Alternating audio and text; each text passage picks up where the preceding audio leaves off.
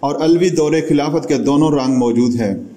حضرت عثمان رضی اللہ تعالیٰ عنہ کے دور خلافت کے پہلے 8 سال حضرت عثمان رضی اللہ تعالیٰ عنہ کے دور خلافت کے پہلے 8 سال میں امن و امان اور دبدبہ کا وہی رنگ رہا ہے جو دور فاروقی میں نظر آتا ہے۔ ان 8 سالوں میں وہی عدل و انصاف اور داخلی استحکام کی وہی کیفیت ہے جو دور فاروقی کا طرح امتیاز رہی ہے۔ ساتھ ہی ساتھ مجاہدین اسلام کے قدم آگے بڑھتے چلے جا رہے ہیں اور فتوحات کا دائرہ وسیع سے وسیع تر ہوتا چلا گیا ہے۔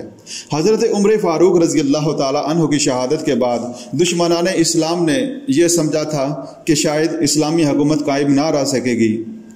حضرت عمر رضی اللہ تعالیٰ عنہ کی شہادت کے فوراً بعد بعض مفتوحہ خاص طور پر ایران کے اکثر علاقوں میں شورشیں اور بغاوتیں شروع ہوئیں، لیکن حضرت عثمان غنی رضی اللہ تعالیٰ عنہ نے ان میں سے ایک ایک کو ختم کر دیا اور حالات پر پوری طرح قابو پا لیا۔ پھر اللہ تعالیٰ کے دین کے غلبے کے لیے نئے نئے اقدامات کیے۔ بحر اوقیانوس کے ساحل تک شمالی افریقہ فتح ہو گیا۔ یہ جنگ عباد اللہ کہلاتی ہے۔ حضرت عبداللہ بن سعد بن ابی شرح اس مہم کے کمانڈر ان چیف تھے، اور اس میں حضرت عبداللہ بن عباس، حضرت عبداللہ بن عمر اور حضرت عبداللہ بن زبیر رضوان اللہ تعالیٰ علیہم اجمعین بھی شریک تھے۔ اسی جنگ کے نتیجے میں پورے شمالی افریقہ کی قسمت بدل گئی اور سلطنت روما کا جھنڈا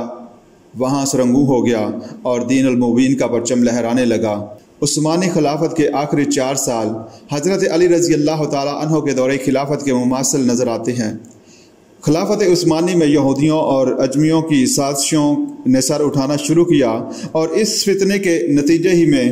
شہادت عثمان رضی اللہ تعالیٰ عنہ کا سانحہ ظہور پذیر ہوا، اور یہ فتنہ حضرت علی رضی اللہ تعالیٰ عنہ کے دور خلافت میں اپنے عروج پر پہنچا۔ علوی خلافت کے تقریباً 4.25 سال اسی فتنہ فساد اور خانہ جنگی کی نظر ہوئے، اور اسی دور میں جنگ جمل اور جنگ صفین ظہور پذیر ہوئیں، اور بلاخر اسی فتنہ نے چوتھے خلیفہ راشد حضرت علی رضی اللہ تعالیٰ عنہ کی شمع حیات گل کر دی۔ یہی وجہ ہے کہ حضرت علی رضی اللہ تعالیٰ عنہ کے دور میں غلبہ دین کی سمت ایک قدم بھی آگے نہ بڑھا، نہ اسلامی سلطنت کی سرحدیں آگے پھیلی۔ بہرحال یہاں یہ عرض کرنا مقصود ہے کہ عثمانی دور خلافت میں دور فاروقی اور دور علوی دونوں کی کیفیات جمع ہیں۔ پہلے 8 سال دور فاروقی کا کامل عکس نظر آتے ہیں، جبکہ آخری 4 سال وہ ہیں جن میں دشمنان اسلام کی ریشہ دوانیوں نے سر اٹھانا شروع کیا تھا، جس کے نتیجے میں حضرت عثمان رضی اللہ تعالیٰ عنہ انتہائی مظلومی کی حالت میں شہید کیے گئے، اور جو دور خلافت علوی میں ایک ہولناک فتنے کی شکل میں جنگل کی آگ کی طرح پھیل گیا۔ مسلمان آپس میں ہی دست و گریبان ہو گئے، اور 84,000 کلمہ گو ایک دوسرے کے ہاتھوں تہے تیگ ہوئے کفار کے ساتھ۔ اس دور میں جنگ و قتال کا کوئی مارکا پیش نہیں آیا۔ سامعین، اتنا سمجھ لیجئے کہ ایسے فتنوں کے کچھ ظاہری اسباب ہوتے ہیں جو نظروں کے سامنے ہوتے ہیں، اور کچھ مخفی اور باطنی اسباب ہوتے ہیں جو نظر تو نہیں آتے، لیکن فیصلہ کن کردار یہی مخفی باطنی اسباب ادا کرتے ہیں۔ اس زمن میں یہ بات پیش نظر رہنی ضروری ہے کہ علوی دور خلافت میں جو بدامنی، خانہ جنگی اور مسلمانوں کے مابین خون ریزی ہوئی، تو حاشا و کلا اس کا کوئی الزام ہم امیر المومنین حضرت علی رضی اللہ تعالیٰ عنہ کی ذات گرامی پر نہیں لگاتے۔ یہ جسارت ہم کیسے کر سکتے ہیں؟ پوری امت مسلمہ کے نزدیک حضرت علی چوتھے خلیفہ راشد ہیں۔ وہ فضیلت کے اعتبار سے تمام صحابہ اکرام رضی اللہ تعالیٰ عنہما میں چوتھے نمبر پر ہیں۔ گویا ہم ابو بکر صدیق، عمر فاروق اور حضرت عثمان غنی رضی اللہ تعالیٰ عنہما اجمعین کے بعد سب سے زیادہ فضیلت حضرت علی رضی اللہ تعالیٰ عنہ کو مانتے ہیں۔ اس فتنہ فساد میں ان کی کوئی کمزوری شامل نہیں تھی، وہ برحق خلیفہ راشد تھے۔ صورتحال یہ تھی کہ سازش کی آگ اس طرح بھڑکا دی گئی تھی، نہ حضرت عثمان رضی اللہ تعالیٰ عنہ اس کو ختم کر سکے، اور نہ ہی حضرت علی رضی اللہ تعالیٰ عنہ۔ اگر حضرت علی رضی اللہ تعالیٰ عنہ فتنہ فساد ختم نہ کر سکے تو اس کا ذرہ بر الزام بھی حضرت علی کی ذات گرامی پر نہیں آتا، بلکہ یہی بات حضرت عثمان رضی اللہ تعالیٰ عنہ پر بھی راست آتی ہے۔ اگر وہ فتنہ کو فروغ نہ کر سکے تو کتنا بڑا ظلم ہے کہ سارا الزام آپ رضی اللہ تعالیٰ عنہ پر رکھ دیا جائے۔ کیسا تضاد ہے کہ ایک خلیفہ کے زمانے میں پورا دور خلافت فتنہ فساد کی نظر ہو گیا، اور وہ فتنہ اتنا شدید تھا کہ وہ حالات پر قابو نہ پا سکے اور فتنہ کو فروغ نہ کر سکے۔ تب بھی وہ سب کی نگاہ میں شیر خدا ہیں، اور کسی دوسرے کے دور میں جبکہ ان کا 2/3 دور فاروقی کے مثل ہو اور صرف 1/3 دور میں فتنہ و فساد سر اٹھائے، تو ان کے بارے میں یہ حکم لگایا جائے کہ وہ کمزور تھے، ان میں فلاں نقص تھا یا فلاں کمی تھی وغیرہ۔ انسان ذرا بھی سوچے اور انصاف بینی سے کام لے تو فکر کا یہ تضاد بالکل مبرہن ہو کر سامنے آ جائے گا۔